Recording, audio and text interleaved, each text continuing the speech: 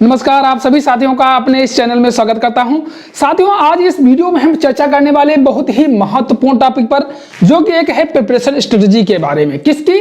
UPPSC LT science and UP TGT science के preparation के बारे में। क्योंकि काफी साथी लोग हमारे कमेंट कर रहे थे कि सर आप साइंस के अध्यापक हैं, तो हमें एलटी साइंस व टीजीटी साइंस की प्रिपरेशन के बारे में बताएंगे। दोनों की प्रिपरेशन लगभग एक जैसी होती है। तो चलिए आज हम इस पूरे वीडियो को हम 3 पॉइंटों में एनालिसिस करेंगे और आप इस पूरी वीडियो में बने रहिएगा और ये समझ लीजिए कि आपके जितने भी प्रश्न होंगे एलटी साइंस व टीजीटी साइंस की प्रिपरेशन संबंधित, वो सभी आज इस समाप्त हो जाएंगे आपके। और इस पूरे वीडियो को हम 3 पार्टों में डिवाइड कर रहे हैं।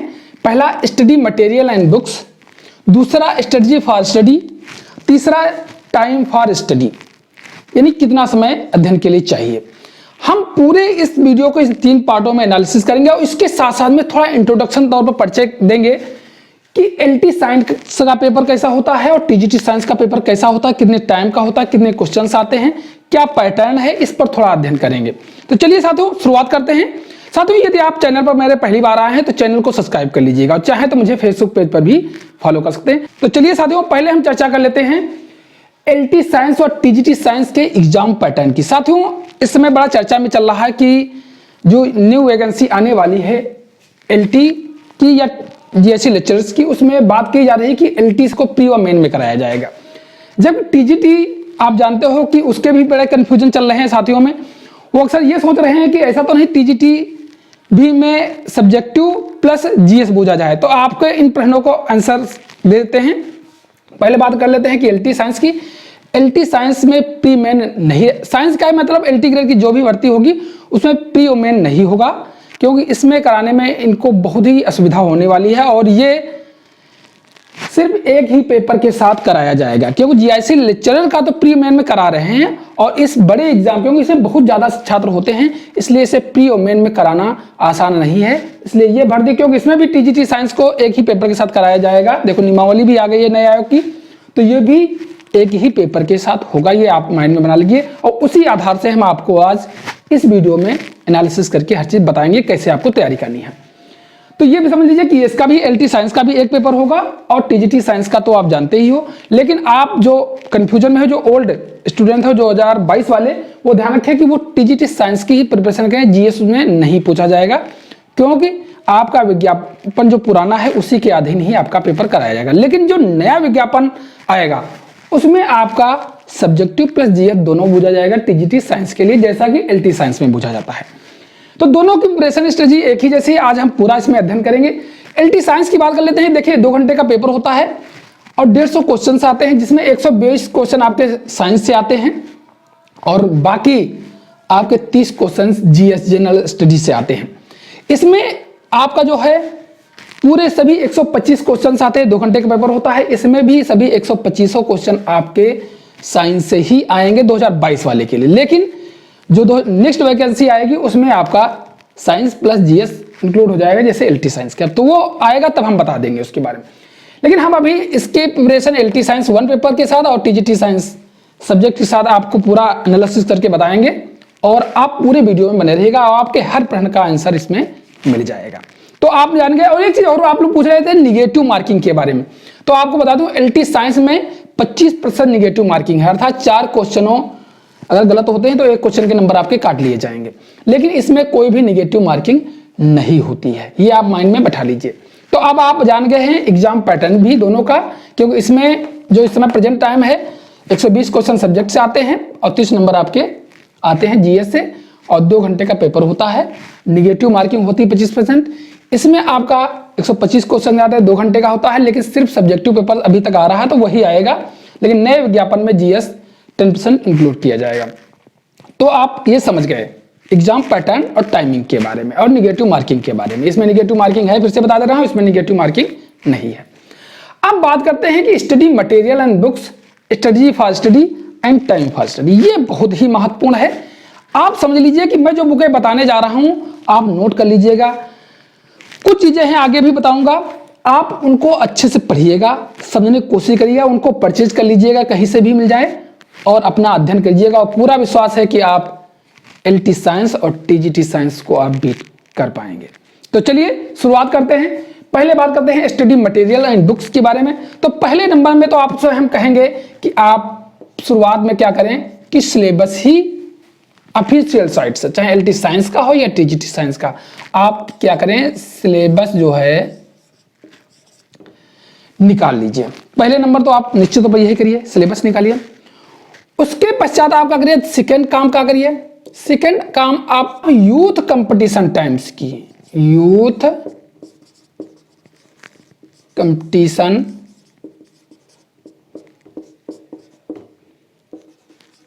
टाइम्स के सॉल्व पेपर आप ले लीजिए। क्या ले लीजिए, सॉल्व पेपर्स। कैसे, जरा ये देखिए, यूथ कंपटीशन टाइम्स के सॉल्व पेपर कौन, साइंस, क्यों साइंस की बात कर रहे हैं तो साइंस की बात करेंगे, साइंस वॉल्यूम फर्स्ट जो कि होता है फिजिक्स का। सॉल्व पेपरों की बात कर रहे हैं, इसमें पुराने क्वेश्चन पेपर्स होंगे आपके, एलटी के होंगे, टीजीटी के होंगे, अन्य भी जो साइंस संबंधित एग्जामिनेशंस होते हैं वो इसमें सब मिल जाएंगे। तो साइंस वॉल्यूम फर्स्ट आप लेंगे वो फिजिक्स का होता है, और दूसरा आप ले लीजिएगा साइंस वॉल्यूम सेकेंड जो कि केमिस्ट्री का होता है। क्योंकि आप जानते हो कि साइंस में फिजिक्स और केमिस्ट्री ही पूछी जाती है, मैथ को नहीं लिया जाता है, इसलिए आपकी फिजिक्स और केमिस्ट्री की तैयारी आपकी होनी चाहिए। तो आपने यूथ कंपटीशन टाइम्स के आप साइंस फर्स्ट और साइंस सेकेंड के यानी फिजिक्स और केमिस्ट्री के सॉल्व पेपर आप ले लीजिएगा। थर्ड आपको क्या करना है, थर्ड आपको यूपी टीजीटी के सॉल्व पेपर ले लीजिएगा, सॉल्व पेपर्स। और आप चाहें तो हम बता भी देते हैं, आप शिल्पी का ले लीजिएगा। शिल्पी बहुत पुराना पब्लिकेशन है और इसके पेपर्स बनाता आया है। आप शिल्पी का टीजीटी साइंस का पेपर ले लीजिएगा। तो आपने ये ले लिया। अब बात कर लेते हैं बुकों के बारे में। तो आ जाइए बुकों के बारे में बात करते हैं। देखिए आप एनसीईआरटी की आप 11 एंड 12 की फिजिक्स और केमिस्ट्री, फिजिक्स प्लस केमिस्ट्री,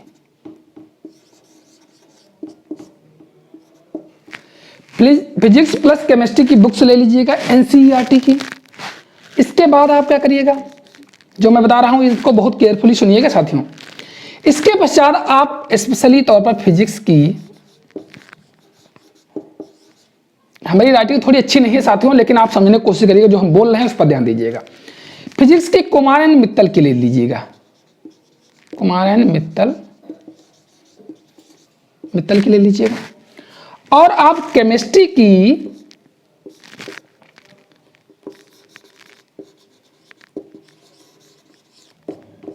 एके मांगलिक की ले लीजिएगा।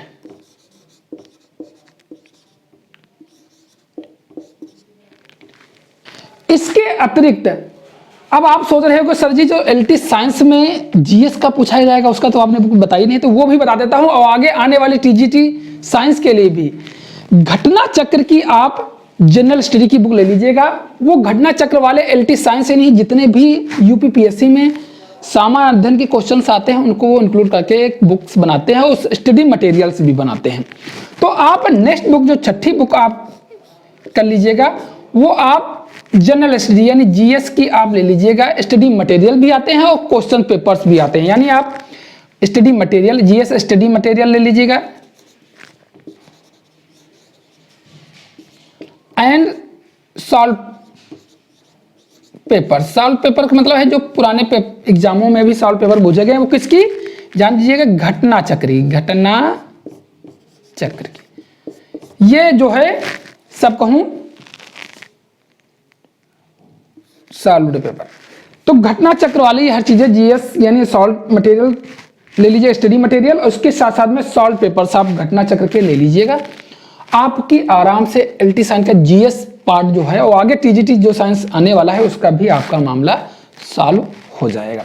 तो फिर से देखिए, आप सिलेबस लीजिए, यूथ कंपटीशन टाइम्स की आप साइंस फर्स्ट साइंस सेकंड की सॉल्व पेपर ले लीजिएगा, यूपी टीजीटी का सॉल्व पेपर ले लीजिएगा, एनसीईआरटी का 11-12 की फिजिक्स केमिस्ट्री ले लीजिएगा, फिजिक्स कुमार मित्तल की ले लीजिएगा, केमिस्ट्री फिर एके मांगलिक की और ले लीजिएगा। जीएस के लिए आप स्टडी मटेरियल व सॉल्व पेपर्स आप घटना चक्र के मंगवा लीजिएगा। तो ये आपका हो गया इतना स्टडी मटेरियल्स एंड बुक। और साथियों एक चीज कहना चाहूंगा, एलटी साइंस का और टीजीटी साइंस का मैंने सिलेबस देखा है, कुछ चीजें आपकी ग्रेजुएशन से भी सिलेबस मैच कर रहा है। इसलिए अगर आपके पास ग्रेजुएशन की भी बुकें हैं केमिस्ट्री की और फिजिक्स की, तो आप उन्हें रखिएगा, उनको भी, वो भी तुम्हारे लिए सहयोग करेंगी, क्योंकि कुछ क्वेश्चंस इसमें लगभग समझ लीजिए हम मानते हैं कि 80% आपके क्वेश्चन इंटर लेवल से आते हैं, बाकी लगभग 20% के सिलेबस आपके ग्रेजुएशन से मैच कर रहे हैं। तो ये ध्यान रखिएगा। इसलिए हम कहेंगे कि अगर ग्रेजुएशन की बुक हैं तो उनको भी रखिएगा। अब आपको हम स्ट्रेटजी बताएंगे, उसमें आप ध्यान रखिए। अब तो आप इतने समझ गए कि ये बुक हो गई आपकी।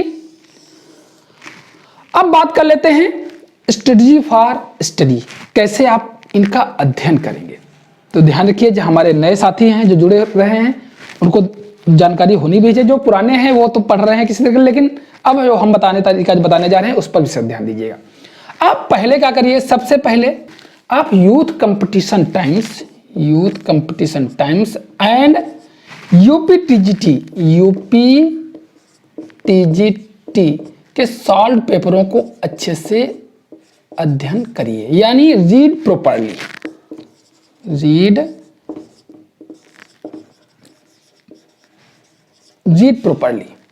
ठीक। अच्छे से आप इनको अध्ययन करेंगे, अच्छे से आप इन्हें पढ़ेंगे। किसको? यूथ कंपटीशन टाइम्स यानी साइंस फर्स्ट, साइंस सेकेंड, और यूपीटीजीटी के सॉल्व पेपर जो आप खरीदे हो, कहीं से भी खरीद लिया है, अपने इनको अच्छे से पढ़िए। अभी क्या है, जब आप इनको पढ़ोगे तो आप अपना लेवल समझाओगे कि हम कहाँ पर हैं, हमारा नॉलेज कितना है, किस तरीके से प्रश्न आ रहे हैं परीक्षाओं में, कॉम्पिटिटिव एग्जाम में पूछे जा रहे हैं, उससे काफी कुछ, और कैसे प्रश्न आ रहे हैं, किस तरीके से घुमा के प्रश्न आ रहे हैं या सिंपली प्रश्न आ रहे हैं, इन सब चीजों को काफी कुछ आपके माइंड में एनालिसिस हो जाएगा और आपकी तैयारी कहां पर है ये इतना आपको अनुमान मिल जाएगा इनको, अर्थात YCT यानी यूथ कंपटीशन टाइम्स और यूपीटीजीटी सॉल्व पेपरों को अध्ययन करने से। तो आप ये काम पहले नंबर पर करेंगे, आप दोनों को अच्छे से पढ़ेंगे, यूथ कंपटीशन टाइम्स को और यूपीटीजीटी सॉल्व पेपरों को अच्छे से पहले पढ़ेंगे। जब आप यह पढ़ डालेंगे तब आप सेकेंड का काम करिएगा। अब क्या है, study according to the syllabus, study the books according to the syllabus, यानी आप अब बुकों को, study the books according to the syllabus, यानी सिलेबस के अनुसार अब आप बुकों को अच्छे से पढ़ेंगे, चाहे एलटी साइंस का हो या टीजीटी साइंस का, जैसा आपका सिलेबस हो उसके अनुसार आप इन बुकों को पढ़िए। और कुछ प्रश्न हमने आपको बताया कि कुछ सिलेबस आपका ग्रेजुएशन से मैच कर रहा है, तो ग्रेजुएशन की बुक हम उनसे पढ़िए। हम एक चीज कहना चाहेंगे, अगर सिलेबस के अनुसार आप कहीं से भी मटेरियल पढ़ लीजिए, ओवरऑल ये कहना चाहूंगा। अगर इन बुकों से थोड़ा बहुत हट जा रहा है कुछ मटेरियल में भी ना बोले, तो आप ग्रेजुएशन की बुकें हैं उनसे पढ़ लीजिएगा। तो study the books according to the syllabus, आप सिलेबस के अनुसार अच्छे से पढ़ेंगे। जब आप पढ़ डालिएगा तो तीसरी बार क्या करिएगा, अब आपने 2 बार, तो एक बार आपने सॉल्व पेपर कर लिया, अब आपने बुकों को पढ़ डाला और फिर से यही काम आप करिएगा। क्या? Youth competition times and UPTGT solve पेपरों को फिर से आप स्टडी करिएगा अच्छे से। तब आप देखेंगे जो पहले आप अध्ययन कर रहे थे, जब आपने फिर इसके पश्चात बुकें पढ़ डाली और उसके पश्चात फिर से आप जब तीसरे नंबर में फिर से आप इन्हीं चीज़ों को ले रहे हैं, यानी तो आपको काफ़ी कुछ समझ में आ जाएगा कि अब हमारा लेवल काफ़ी कुछ सुधर गया है और काफ़ी अच्छे स्थान पर हम अपने को पा रहे हैं। ये आप करेंगे तो निश्चित तौर पर आपको लगेगा कि हम बहुत अच्छे स्थान पर आ गए हैं। यही एक तरीका है। छात्रों, अब बात करते हैं टाइम फॉर स्टडी। आपने स्टडी मटेरियल्स एंड बुक समझ ली, स्ट्रेटजी फॉर स्टडी समझ लिया, अब कितना आपको पढ़ना चाहिए इस चीज पर बात करते हैं। टाइम फॉर स्टडी यानी कितना समय चाहिए आपको अध्ययन के लिए पर डे। तो एक चीज ध्यान रखिए छात्रों, अगर आपका एग्जाम दूर है यानी 5 से 6 महीना बाद लग रहा है, तो आप पर डे 5 से 6 आवर पर डे आप अध्ययन करें। 5 से 6 आवर पर डे आप अध्ययन करें। लेकिन अगर आपकी परीक्षा 2 या 3 महीना नजदीक दिख रही है, यानी 2-3 महीना पहले आप परीक्षा के आप 7 से 8 आवर, 7 से 8 आवर पर डे आप अध्ययन करेंगे। कि कब? जब आप एग्जाम के नज़दीक आने वाले हैं, यानी एग्जाम आपका 2-3 महीना पहले है, लेकिन आप जब आपका एग्जाम दूर है तो आप 5 से 6 आवर पर डे पढ़िए, लेकिन जब एग्जाम के नज़दीक हैं 7 से 8 आवर पर डे आप अध्ययन करेंगे। साथियों, निश्चित तौर पर आप सफल होंगे।